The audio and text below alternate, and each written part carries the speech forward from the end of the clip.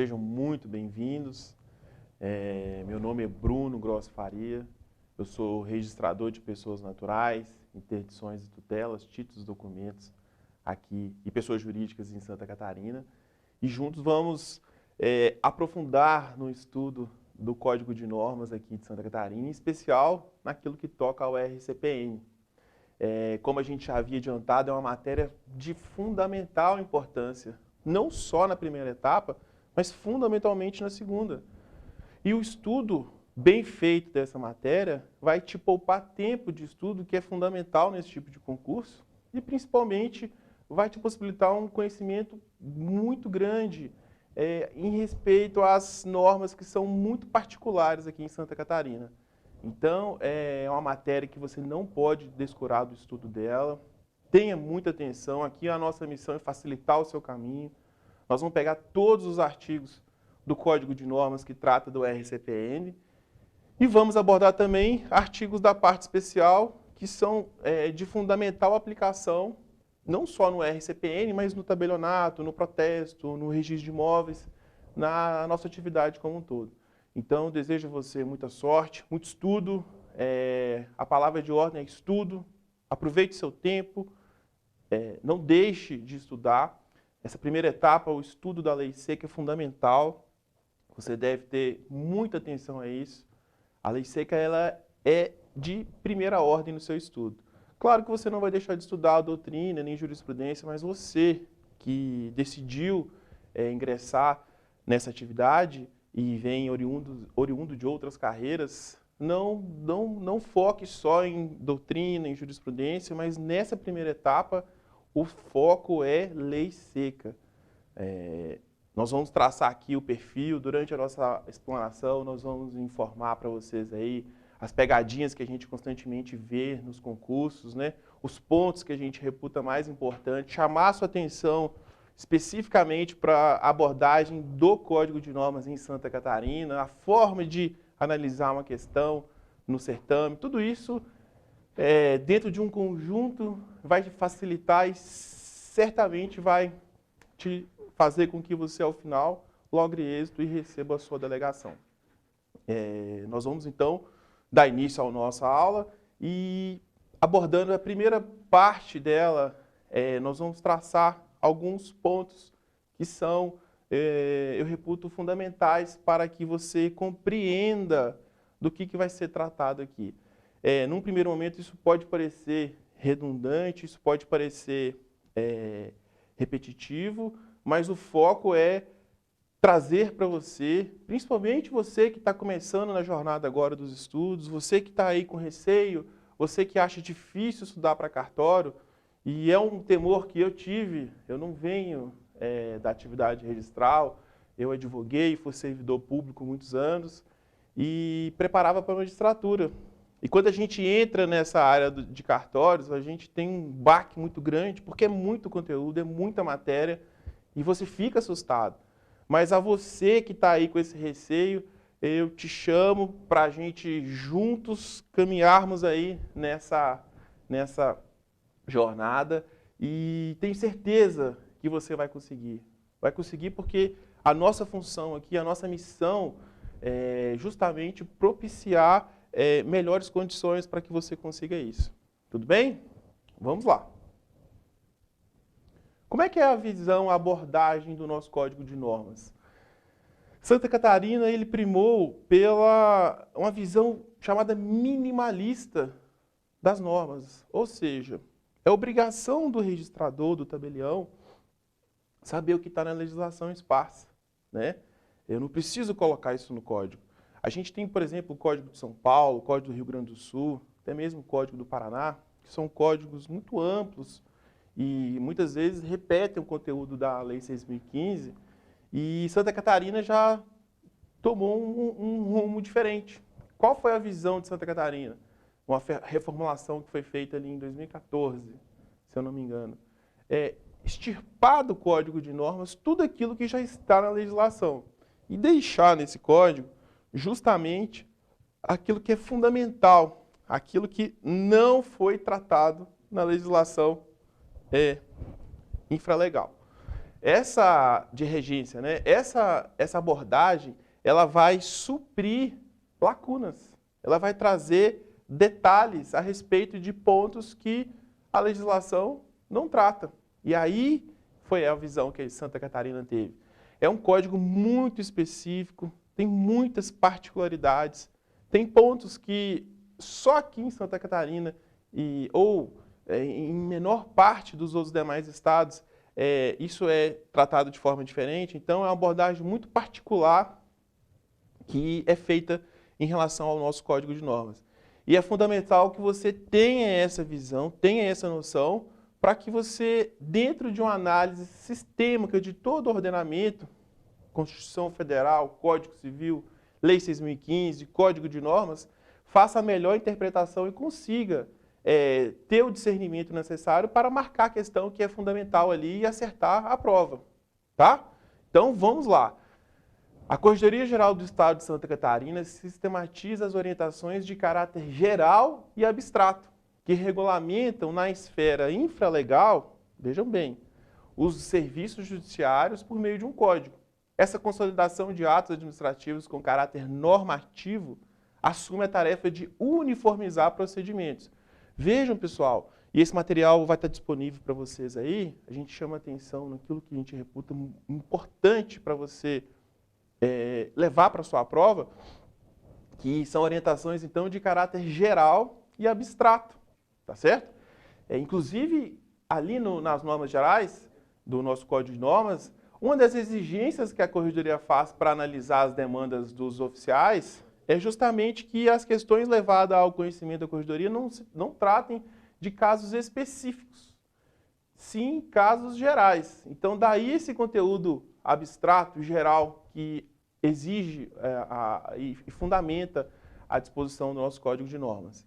Essa visão minimalista foi alcançada por uma linguagem direta, objetiva e sem impedir que na parte do Código que trata do extrajudicial se admitisse dispositivos mais descritivos.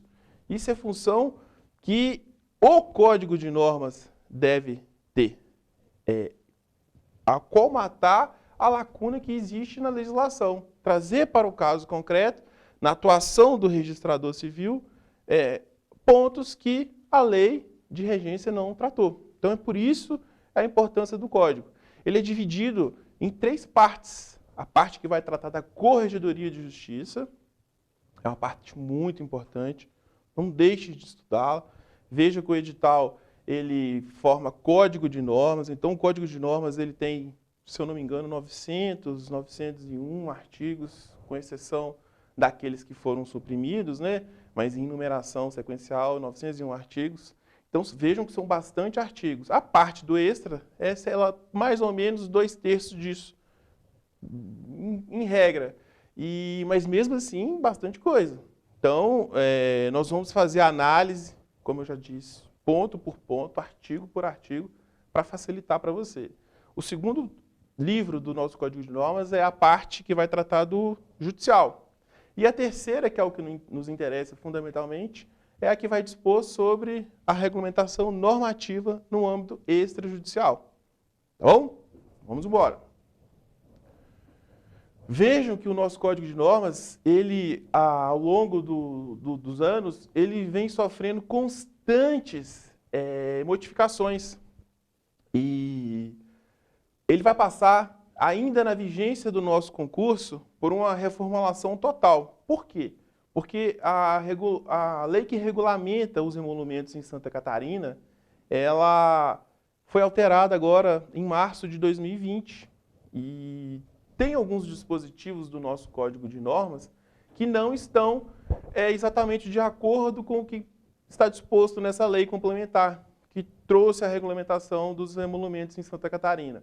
Então, é fundamental que essas antinomias existentes entre as regras estaduais, elas sejam aparadas, e isso vai ser fruto de um processo que a Corregedoria já nos informou, que vai ser feito em diálogo constante, inclusive com as associações de classe, com os tabeliães e registradores catarinenses.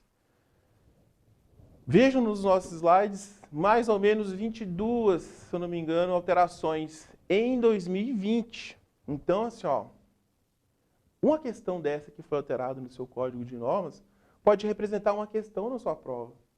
Então, a atenção é fundamental, principalmente porque ele vai te poupar tempo, seja tempo de estudo, seja tempo de realização na segunda etapa, de consulta. Uma das coisas que mais fazem um candidato perder tempo na prova é procurando, tá certo? Então, o estudo bem feito na primeira etapa das questões do Código de Normas vai te poupar tempo de estudo e, principalmente, tempo na hora de fazer prova. Nós temos aqui em Santa Catarina 6 horas para fazer uma prova de segunda etapa. É um tempo bom, razoável, reputo justo, e ele tem que ser bem utilizado. E saber o Código de Normas, localizar geograficamente onde estão cada dispositivo que vai tratar do RCPN, do tabelionato, do protesto e do registro de imóveis, é tarefa fundamental para o candidato. Não deixe de ter atenção a esses pontos.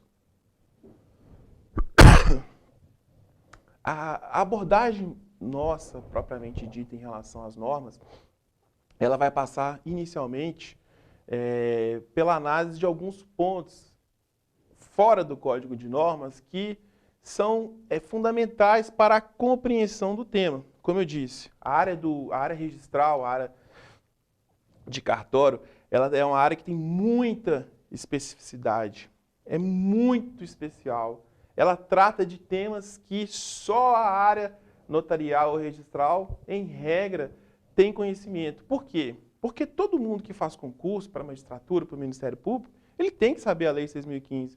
Mas é uma leitura muito rasa. Por quê? A aplicação dela é muito diminuta no dia a dia desses profissionais. Ao passo que o profissional da área registral notarial trabalha diariamente com aquilo.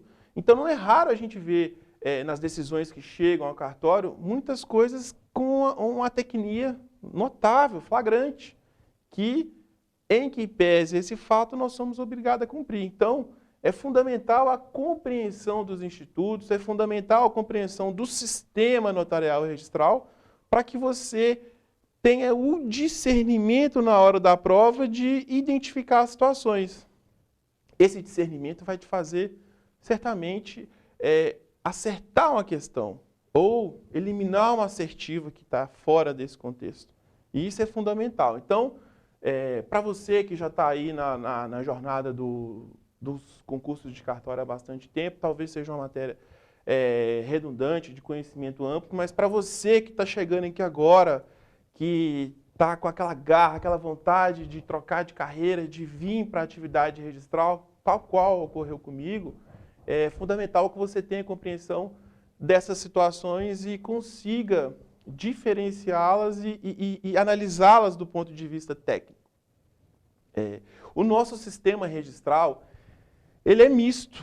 Misto por quê? Ele tem conteúdo de natureza declarativa e tem conteúdo de natureza constitutiva. A parte que nos toca, que é o RCPN, ele é eminentemente declarativo. As normas, o conteúdo, os registros são declarativos. Então, é fundamental, em regra, que se tenha essa compreensão. Os atos do registrador civil de pessoas naturais, eles conferem segurança jurídica e publicidade. No exercício da sua função, você vai ver que a palavra mais importante, as duas eu diria, as três, porque tem o princípio da legalidade, mas a segurança jurídica e a publicidade, analisadas num contexto do princípio da legalidade, são as vigas mestras de todo o nosso ordenamento jurídico, em especial no que toca ao sistema registral e notarial. Então, os atos do registrador civil de pessoas naturais, eles conferem segurança jurídica e publicidade. Mas, Bruno, a quê? A fatos, situações ou relações jurídicas inerentes à pessoa física. Vejam que nós estamos atrás do registro civil de pessoas naturais. Desde o nascimento da pessoa até a sua morte. Tendo em vista que tais fatos E atos repercutem não apenas na esfera do indivíduo, mas em toda a sociedade. Então veja, pessoal, que o registro civil de pessoas naturais, ele começa a atuar na vida da pessoa desde o primeiro momento, com o nascimento. Ele se desenvolve na vida com o casamento, com a união estável, com a emancipação, com a interdição, né? Com o registro dos filhos. E a pessoa, ao final e ao cabo, ela encerra com o óbito. E nós temos outros, nós vamos passar aí na frente, atos que são registrados todos no RCPN, Registro Civil de Pessoas Naturais. Quais são esses atos, Bruno? Olha, em regra, esses atos dizem respeito ao quê? À existência jurídica da pessoa. É muito comum, e com muita felicidade isso vem reduzindo a olhos vistos, mas ainda hoje a gente encontra pessoas que estão sem registro. Um caso muito emblemático, por exemplo, é a situação dos indígenas. Os indígenas, até bem pouco tempo em Santa Catarina, era aceitável a confecção de um registro de identidade, né, a identidade, com a RANI. Então, o registro administrativo do índio na FUNAI tinha um condão de propiciar a obtenção do registro da carteira de identidade. E hoje, a exigência não é mais a da RANI, e sim do registro de nascimento. Então, é muito comum as pessoas procurarem um cartório para fazer um registro com 20, 30, 40 anos. Por quê? Elas não têm o registro no cartório de pessoas naturais. Elas têm a RANI da FUNAI. E viveram a vida, têm filhos, casaram com aquele documento. Então, hoje eles estão tendo a necessidade de procurar o cartório de registro civil para regularizar essa situação. Nacionalidade. Brasileiros que são nascidos no exterior, eles têm a naturalidade brasileira e é necessário que o registro feito fora do país ele seja transcrito no RCPN, no livro E. Nós vamos ver adiante. Capacidade civil, idade, emancipação e interdição.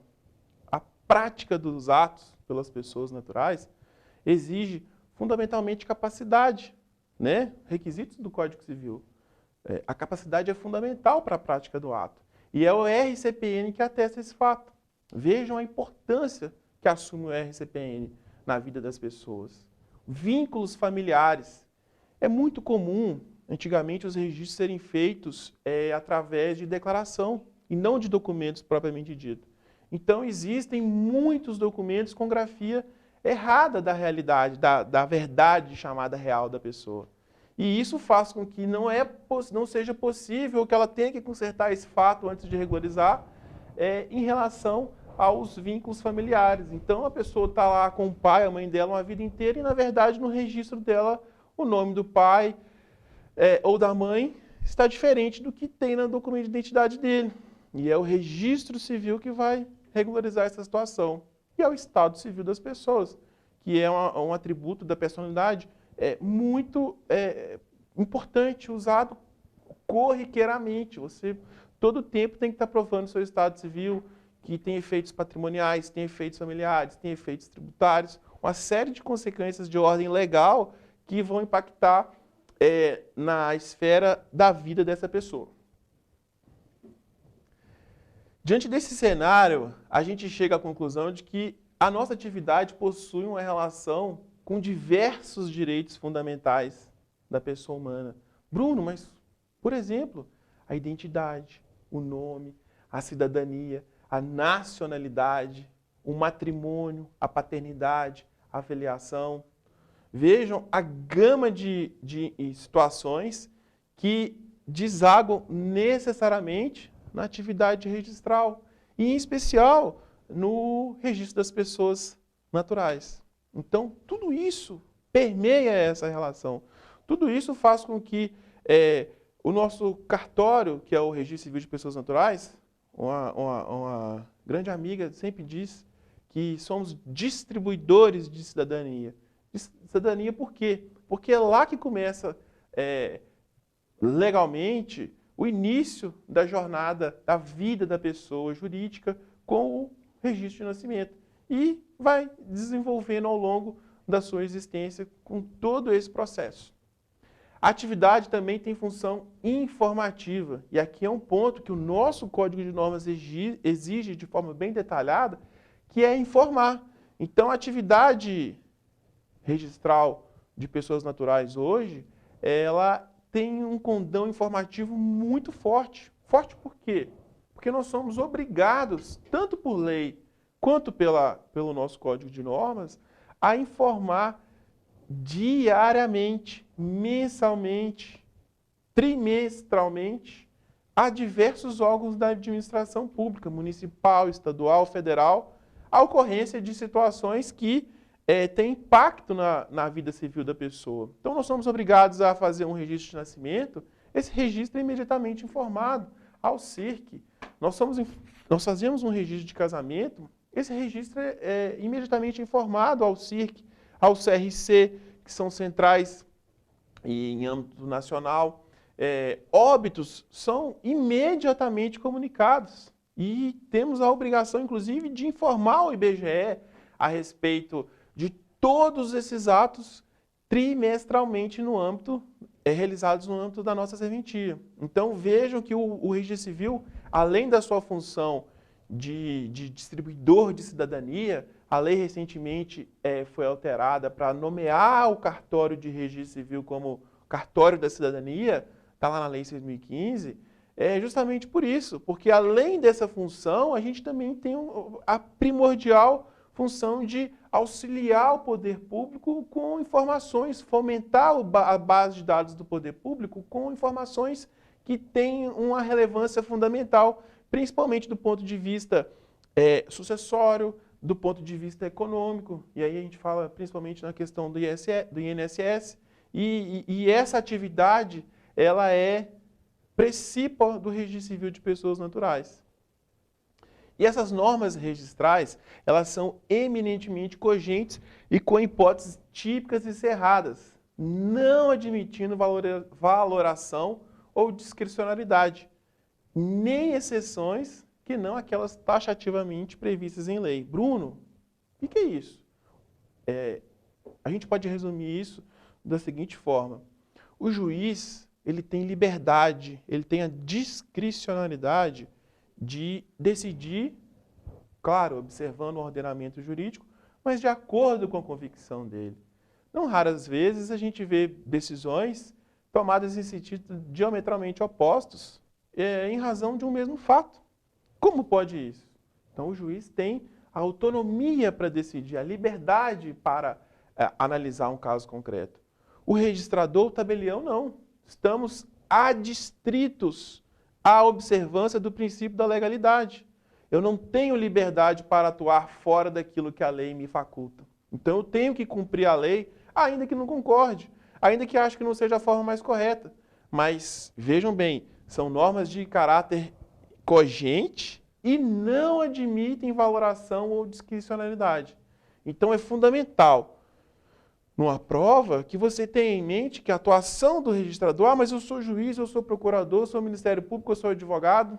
O registrador não tem essa, embora a Lei 8.935 lhe garanta autonomia no exercício da sua atividade, essa autonomia, ela, infelizmente, acaba sendo mitigada. Por quê? Porque nós estamos adstritos ao que está na lei, da mesma forma que no direito administrativo.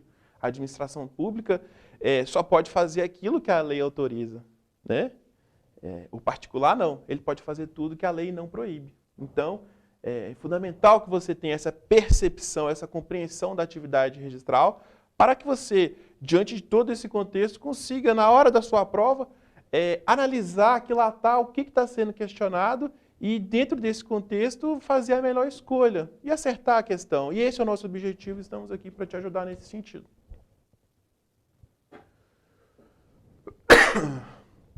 Pessoal, quais são os principais atos do registrador de pessoas naturais? Bruno, mas isso é uma coisa corriqueira, mas para muitos não, tá certo? E, infelizmente, a gente vê, inclusive, na nossa atividade, alguns entendimentos equivocados na interpretação desse instituto. Por isso é importante a gente trazer aqui uma pincelada em linhas muito rasas a respeito dessas questões. Para quê? Porque é fundamental que você saiba do que você está tratando. É fundamental que você tenha conhecimento daquilo que está sendo objeto do concurso. E aí vem a especialidade que eu te disse lá no início da nossa aula. Vem a necessidade de você trazer para a sua atividade, e você tem que se sentir um registrador, um tabelião, na hora de fazer uma prova, porque você vai ser avaliado como tal. Então, a sua visão, que doravante poderia ser inclusive de outra, com outra premissa, uma outra abordagem, para essa prova, para essa atividade que você se pretende, você vai ter que ter esse discernimento de saber exatamente, do ponto de vista técnico, do que está sendo tratado. O que é o registro, Bruno? Registro é o ato do registrador que torna público e presumivelmente verdadeiro fatos, relações ou situações jurídicas apresentadas a requerimento do interessado ou de autoridade competente.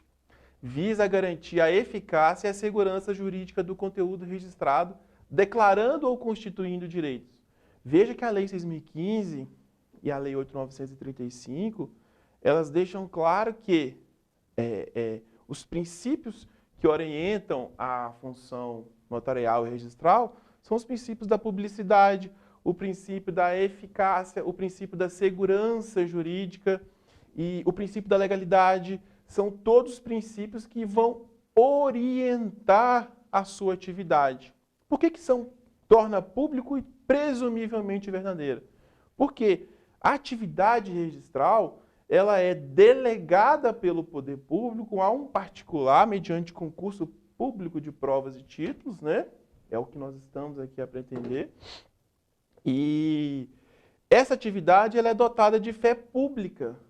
É o atributo da fé pública conferido pelo Estado ao particular que recebeu a delegação para o exercício daquela função pública tão nobre, é que vai conferir a presunção de veracidade, de autenticidade, de legalidade daqueles atos que são lançados nos livros do cartório. Então, quando você registra, seja no registro de pessoas naturais, seja no registro de imóveis, seja na lavratura de um protesto, na lavratura de uma escritura, você insere no livro informação presumivelmente verdadeira e que a partir daquele momento se torna pública. E o fato de você constituir essa informação num livro, denomina-se um registro propriamente dito, ela tem um condão de atribuir veracidade e legalidade àquela informação. E quem pretender desconstituir esse atributo é a quem cabe provar essa circunstância. Então veja que é a chamada presunção iuris tanto. Ou seja, ele vale enquanto ele está ali. No RCPN, trazendo isso para o nosso dia a dia, é muito corriqueiro você se deparar com uma pessoa que chega no seu balcão com uma certidão, né? E lá tem uma informação, e você vai pegar para fazer uma certidão, que nós vamos tratar logo em seguida aqui na nossa abordagem. Você vai ver que o que está no livro é diferente. Mas, Bruno, o que vale? Vai explicar para a pessoa que aquele documento de identidade, habilitação, a certidão de casamento dela, que todos aqueles demais atos estão errados. Muitas vezes a chamada verdade real, ela difere da verdade registral. E qual que vale? Para o registrador de pessoas naturais, o RI da mesma forma, vale o que está no livro. Se você extrai a certidão, nós vamos ver o conteúdo da certidão em seguida, da informação que consta do registro, essa informação tem que ser absolutamente fidedigna. Por quê? A certidão é o espelho do conteúdo do registro. Se o registro está errado, a certidão está errada. Tá certo? Então é fundamental que na hora que você receber a sua delegação e for emitir uma certidão, se você se depara lá, por exemplo, com a carteira de identidade, inclusive muitas vezes com a própria certidão emitida no ato, antigamente, e ela está em desacordo com o livro, o que você vai fazer? Pergunta de concurso? O que você vai fazer? Você vai emitir uma certidão igual está ali sendo apresentada para você? Ou você vai emitir uma certidão de acordo com o que está no livro? A resposta é clara. Sempre o que está no seu livro. Porque o registro que torna público e dá presunção de legalidade. Então, é fundamental que você tenha esse discernimento para saber que é o registro que confere esse atributo de legalidade, de eficácia, de publicidade. E se o registro está errado, e é o que acontece muitas vezes, nós temos que consertá-lo através da retificação. Tá certo? Agora, jamais nós vamos lá passar um ROX, vamos lá puxar uma perninha em caneta, vamos lá fazer um traço e escrever por cima. Isso é crime. O registrador civil tem o absoluto dever de lealdade ao registro que está ali. E esse dever de lealdade ele é fundamental para que a atividade se desenvolva da forma como ela tem que ser desenvolvida. Tá? Sempre, como eu disse, orientada pelo princípio da legalidade. Então, isso é fundamental, a compreensão. O que é uma averbação, Bruno? A gente vê muitas vezes um mandado chegar lá para fazer uma averbação de um nascimento, fazer uma averbação do registro tardio de óbito. E, na verdade, o Código Civil deixa isso muito claro, a Lei 6.015 deixa isso muito claro. A inscrição primitiva, o ato principal, nós vimos logo em seguida, né, que é o registro. Acessório ao registro vem a averbação. E o que seria essa averbação? Ato de caráter acessório lançado à margem dos registros com a finalidade de modificar ou cancelar esse registro. Então vejam, pessoal, que a gente tem o acessório, o principal e o acessório. Qual que é o principal, Bruno? Registro. Registro é a origem, o fato primitivo. E a alteração desse registro ela vai se dar de qual forma? Através da averbação. Alteração no sentido de modificação do conteúdo dele e, por que não, pelo cancelamento desse ato. Não é raro você receber mandado no seu cartório informando o cancelamento do registro por duplicidade. Como que você vai fazer isso se você tem um ato lá de 1970, escrito à mão, aquele garrancho que você não entende nada, e chega um mandado judicial para cumprir sobre o cancelamento desse ato? Como que você faz isso? Eu faço um registro? Não. Lembra que o registro é o ato primitivo? Eu vou alterar o conteúdo desse documento, desse ato? Então eu vou fazer uma averbação. Tá? Tipos de averbação. Cancelamento de registro. Olha aí, ó. Retificação de registro. Divórcio. Mas como assim um divórcio? Vejam, pessoal, que a pessoa casa, ela contrai o matrimônio, o ato é inscrito no registro civil. É feito o registro. Quando a pessoa divorcia, separa, restabelece a sociedade conjugal, há uma alteração naquele ato. Essa alteração é chamada de averbação. Então, o oficial que recebe, seja a escritura de averbação, seja o mandado judicial de divórcio, ele vai procurar onde está incerto aquele registro nos seus livros, né? Ele pode ser o livro B ou B auxiliar, conforme o caso, casamento civil, religioso com efeito civil, e vai proceder à averbação desse divórcio lá. Da mesma forma, o restabelecimento da sociedade conjugal, a separação. Mas a separação ainda está vigente no ordenamento? Sim, ela não foi estipada, o Código Civil disciplina. Então, embora o efeito prático dela seja muito mitigado, mas é possível. Até porque só separados é que pode ser feito o restabelecimento da sociedade conjugal. Divorciado não, porque há o rompimento definitivo do liame jurídico entre os cônjuges. Tudo bem? Bruno, o que é uma anotação? E aí vem uma confusão muito grande com a averbação, com a anotação, com comunicação. Então, a anotação é um ato de caráter, assim como a averbação, acessório, lançado à margem dos registros com a finalidade de fazer constar uma informação adicional, a qual, vejam a importância, não modifica o conteúdo essencial do registro. Ou seja, eu vou complementar a título informativo o registro. Um exemplo prático de uma anotação. a pessoa vai no cartório e declara o óbito. A Lei 6.015 obriga que o registrador que lavra o óbito, ele tem a obrigação de comunicar, se a pessoa for casada,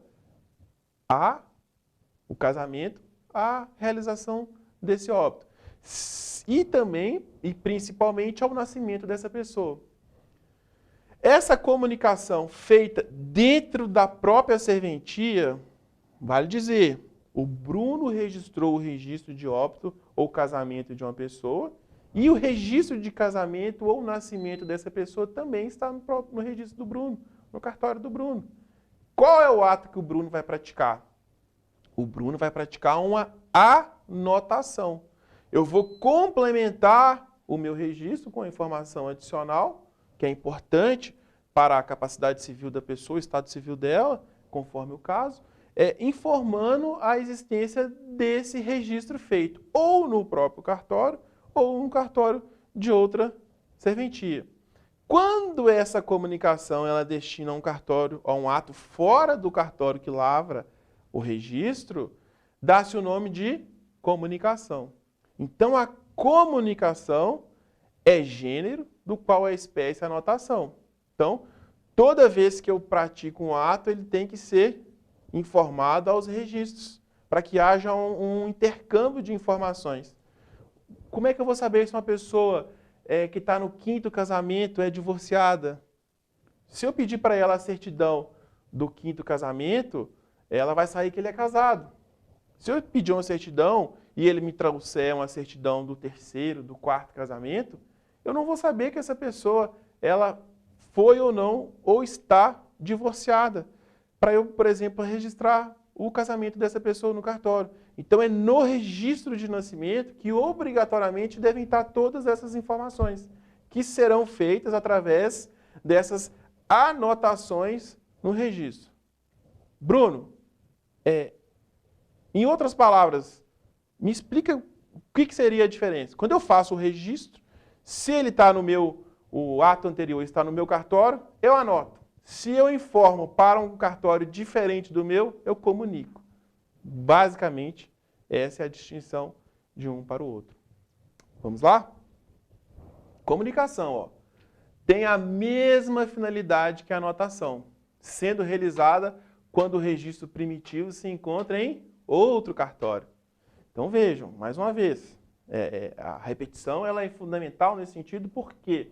Porque é uma palavrinha que pode fazer com que você erre ou acerte essa questão. Então, quando eu vou informar a realização de um registro fora do meu cartório, eu vou fazer o quê? Comunicar. Quando eu vou informar a realização do registro dentro do meu cartório, eu vou anotar. Beleza? Ficou claro isso aí? Vamos em frente. Bruno, o que é uma certidão? Certidão é o ato de relatar em documento escrito ou digital o conteúdo de registros, averbações e anotações constantes nos livros do cartório, para fins de informação. Vejam, pessoal, que o estado civil, por exemplo, que é uma coisa cotidianamente solicitada da pessoa, como é que você prova? Com a certidão. Como é que você prova que a pessoa, por exemplo, está viva? Com a certidão de nascimento, porque se ela tivesse morrido, essa informação tinha que estar no registro de nascimento. Vejam que a certidão é a forma de exteriorizar ao público as informações contidas no registro. Tá certo? Então, como que o cartório conversa com as pessoas? Mediante certidão. É muito comum a pessoa chegar no cartório e falar, olha, eu quero a segunda via do meu registro. Ou não, esse aqui é a certidão.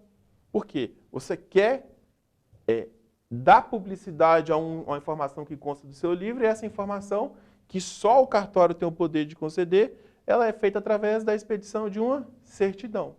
Por isso, é fundamental que a certidão que você expeça, ela guarde estrita observância ao que está no assento, no registro.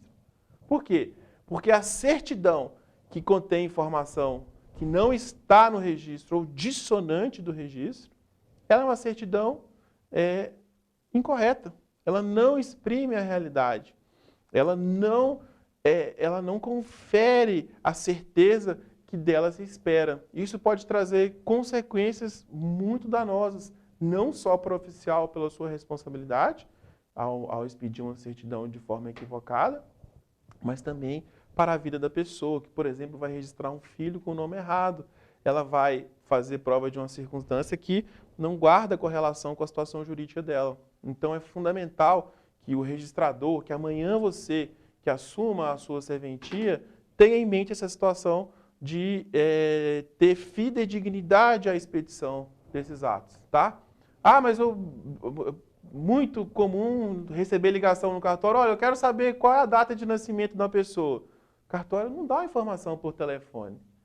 O cartório, ele pode dizer se o registro está lá. Se aquela pessoa está registrada ali, qual o número do livro, o número da folha, o número do assento. Mas o cartório não pode, em hipótese alguma, passar informação por telefone.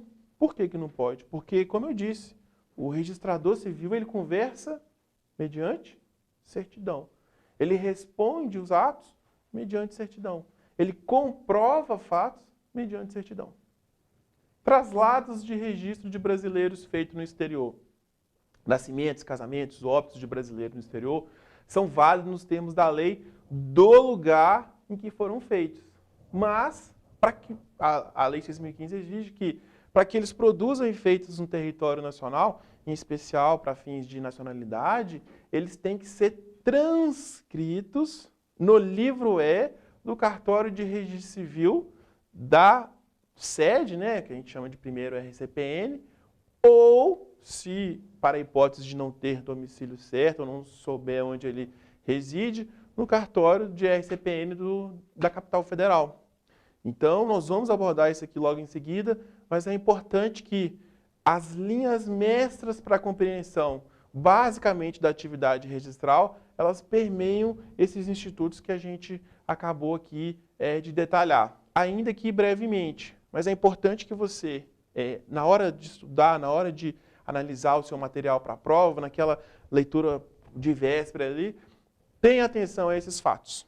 Beleza? Vamos fazer uma parada e em seguida a gente volta.